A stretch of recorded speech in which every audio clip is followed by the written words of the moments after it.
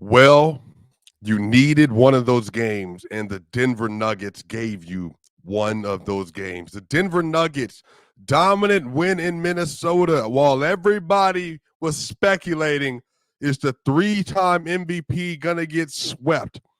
Is he going to get swept? Jamal Murray, nowhere to be seen. The defense, nowhere to be seen. But we have talked time and time again on this platform, on Locked On Nuggets, on Mile High Sports, on Players' Choice, on Bleacher Report. What do the Denver Nuggets need to do in order to secure this victory?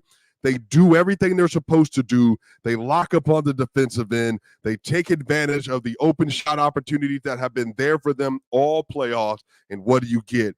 The most dominant win of the postseason so far. Let's talk about what happened tonight right here. Let's get it. Y'all know what time it is.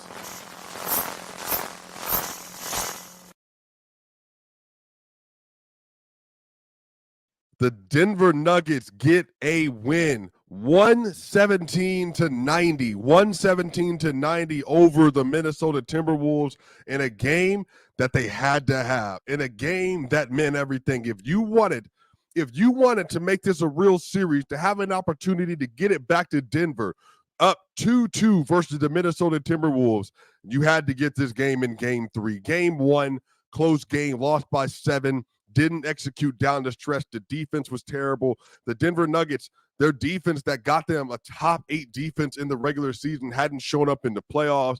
The defense that got them a top 3 playoff defense last year hadn't shown up. But this is the game. This was the turn, because the Nuggets figured out that the only way we're going to be able to beat this great Minnesota Timberwolves team is by limiting them on the boards, not turning the ball over. And they had 10 turnovers tonight.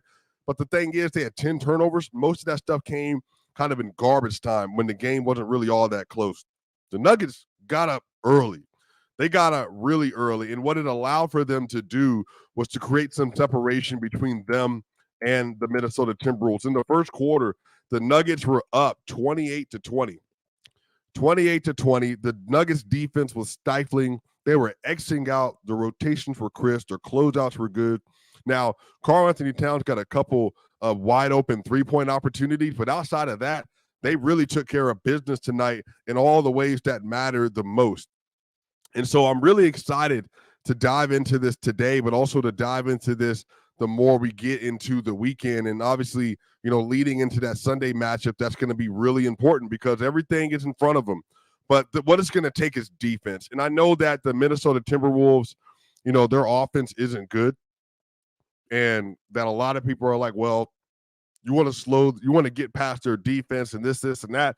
That's cool. You see, the Nuggets are the type of team that can figure you out. But the problem is, if you're going to give Cat and Naz Reid and the rest of them a bunch of wide open three-pointers, then you're going to get opportunities where they're going to make just a litany of shots, especially Karl-Anthony Towns, who's shooting crazy this postseason. But you got to limit those possessions that you're giving really good shooters really good looks. And that's what this comes down to. Can you maximize the window that's right in front of you by taking advantage of, you can get opportunity because they're going to collapse on Jokic. They're going to collapse on Jamal Murray. And what I love about what the Denver Nuggets did today is that they knew that Minnesota was going to collapse on Nikola Jokic. They knew that Minnesota was going to sell out their defensive scheme for Nikola Jokic.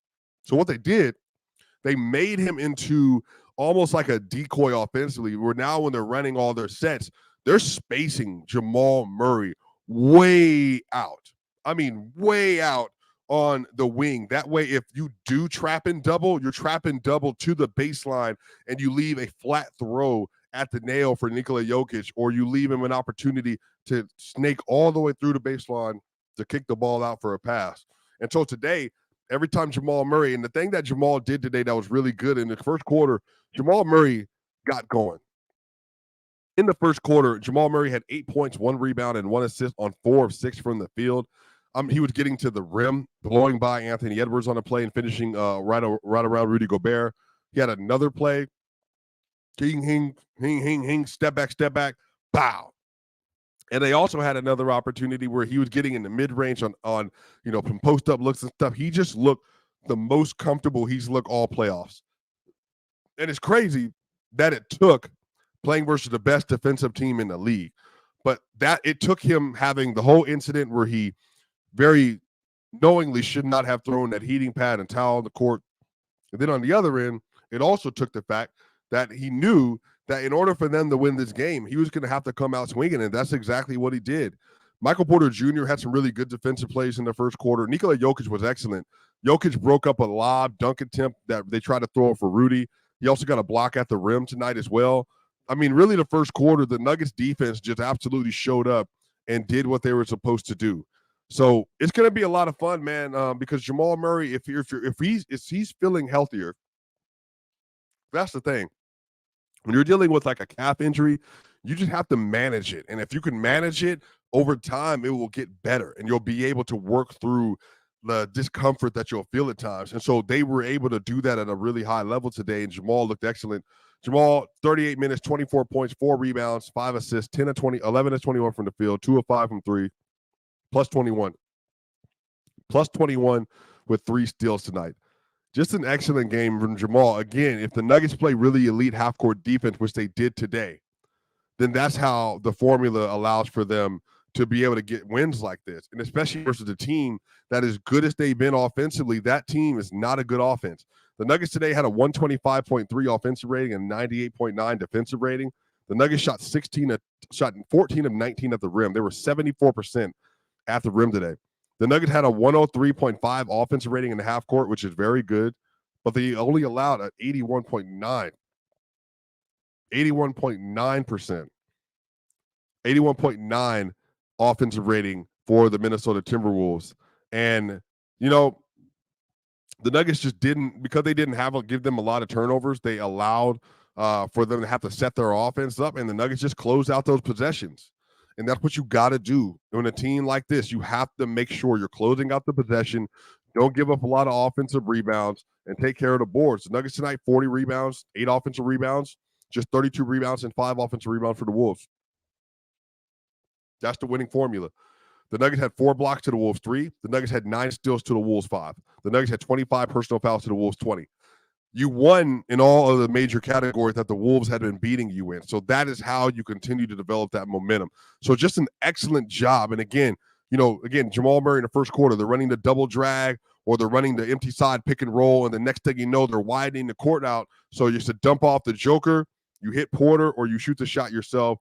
Murray 8-1-1 in the first quarter. Jokic 5-5-1 in the first quarter. And MPJ 8-2-1 in the first quarter. Nikola Jokic, this game was excellent, man. Best player on the court tonight, 38 minutes, 24 points, 14 rebounds, 9 assists, 3 blocks, 3 steals. 24, 14, and 9, 3 blocks, 3 steals. You talking about a stat stuffer. Just absolutely dominant performance on both ends of the court for Nikola Jokic. Now, sometimes, somebody over-rotated and Anthony Edwards would come to the rim. He's not blocking that shot. And so he would give him some of those lays. But the thing is, they just did a really good job with the defense and making sure they were not giving them a lot of looks at the rim. And when Jokic had to contain on the perimeter, he did really well. I talked on Player's Choice about this too, but what Jokic has to do in this series versus Anthony Edwards is that when they are blitzing Anthony Edwards at the top of the key on a pick and roll, that he doesn't let him beat him on his outside hip. And Anthony, he multiple times today, multiple times during this game, he worked up the court, but didn't overwork to let him go backside, but also worked up just enough to where he could just push him out, and that way they would have to reset the play. So just a dominant game from Joker, 10 of 18 from the field, 1 of 3 from 3, 3 of 4 from the free throw line, plus 30. He was a plus 30 tonight. Dominant win for the MVP, back-to-back MVP, and then another MVP this year, 3-time MVP award winner. What a great game. KCP tonight, 12 points, 4 rebounds, and 4 assists, 3 of 6 from the field. He was 3 of 4 from 2, 6 of 6 from the free throw line, plus 31. Plus 31. Again, KCP's defense on Ant was huge tonight. Now, Anthony Edwards, 19, 6, and 5, 8 of 15 from the field. Anthony Edwards was a minus 32 today. Karl Anthony Towns a minus 32. Mike Conley a minus 15. Rudy Gobert a minus 10. Jaden McDaniels a minus 18. Nickeil Alexander-Walker a minus 24. Naz Reid a minus 25. Kyle Anderson a minus 16. Matt Moore and I talked about this earlier on Locked On Nuggets today, that the starters are going to have to win their minutes if they want to make this a game or a series. And the Nuggets starters, plus 30 for Jokic, plus 21 for Murray, plus 31 for KCP. Aaron Gordon, 13 points, 2 rebounds, and 5 assists, and a great start today. And he was 3 of 4 from 3. 5 of 7 from the field, 5 assists for AG, 2 steals. He was a plus 18 in this game. Excellent game defensively. Great finishing around the rim, including some of those lobs that he got, but also 3 of 4 from 3. Again, that first half, Aaron Gordon hit his threes. It changed the complexion of the game because every time they try to get back in the game, down 15, down 18, down 20, they get it down to 13. Next thing you know, they're making a shot. Like they did what they were supposed to do. Got the lead, maintain the lead, extend the lead. Got the lead, maintain the lead, extend the lead. And then you get Porter today on an 83% true shooting today. 83% true shooting from Michael Porter. He was 21 points, 4 rebounds, and 1 assist.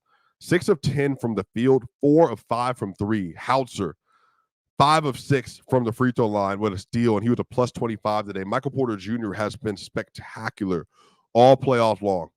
All playoffs long. And his ability to hit those shots, and defensively, he was working really hard today. Again, when the Nuggets starters are working together and everybody's doing their job, starts with Murray, starts with Jokic, because Jokic is going to be Jokic. But if Murray can take enough pressure away from the paint and away from Jokic to where they can't just like sabotage their defense and sell out, then it makes everything that much easier for everybody else. And Murray's such a great passer that when he has to like throw it and just like connect it across the court, like some of the cross-court passes, bounce passes that he had, like a wraparound that he had today, he's able to do it in so many great ways. And so great game from him. Justin Holiday played the most minutes off the bench today. I told people about Justin Holiday last July when he signed to the Nuggets that he's going to be a player that's going to get some playoff minutes for them possibly. He's smart. He's 6'6". He's a good shooter. 6 points, 1 rebound, 1 assist. He was 2 of 3 from three-point line today. He was a plus 11 today in 19 minutes. Again, Justin Holiday, man. That's a Calvin Booth signing. A Calvin Booth signing needed a 6'6" wing that you can pay a veteran minimum to, but can give you some really good minutes. He played good defense on Ant. He even got good defense on Rudy Gobert at times, on Karl-Anthony Towns, Mike Conley. Because he's so tall, he still presents issues, especially for Ant. Ant's 6'5" and like, stocky. Ant's big. But the thing is, it's like he's so long that he's able to get a hand in his face and move with him. And so that just creates another look for them today. And Christian Braun today, his defense was spectacular. 18 minutes for Christian Braun, 5 points and 3 rebounds, 2 of 4 from the field, 1 of 2 from 3. He was a plus 5 today. Christian Braun defense was really good. And then when he plays good defense, it's really hard to beat the Nuggets. Reggie Jackson, 8 minutes today, 6 points, 3 rebounds, 2 of 4 from the field, and 2 of 2 from the free throw line. He was a plus 10 in this game. Reggie Jackson, love to see it, sir. Love to see it, sir. 8 minutes played, 8 huge minutes played today.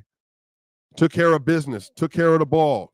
Just 1 turnover, managed the offense. Really good by him.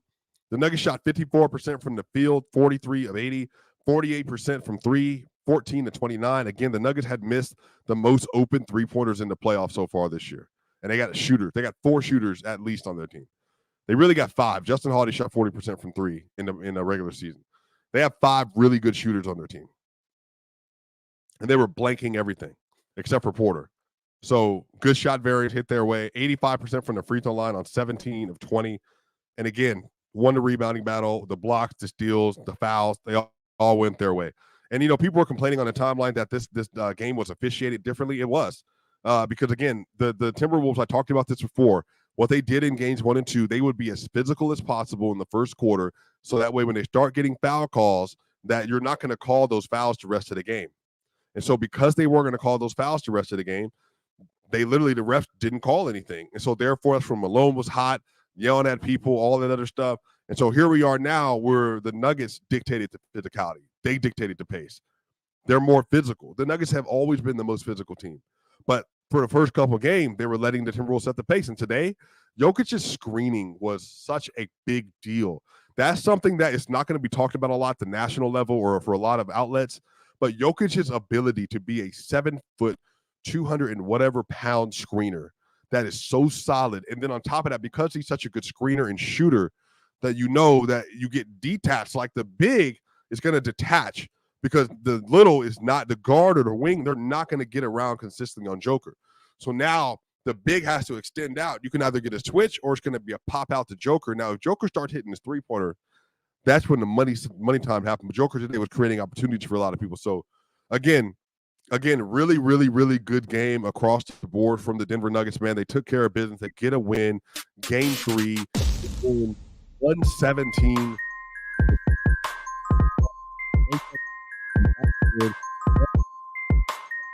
Today, the Denver Nuggets back on Sunday. We'll see if they can get another win, tied up 2-2. That's my prediction.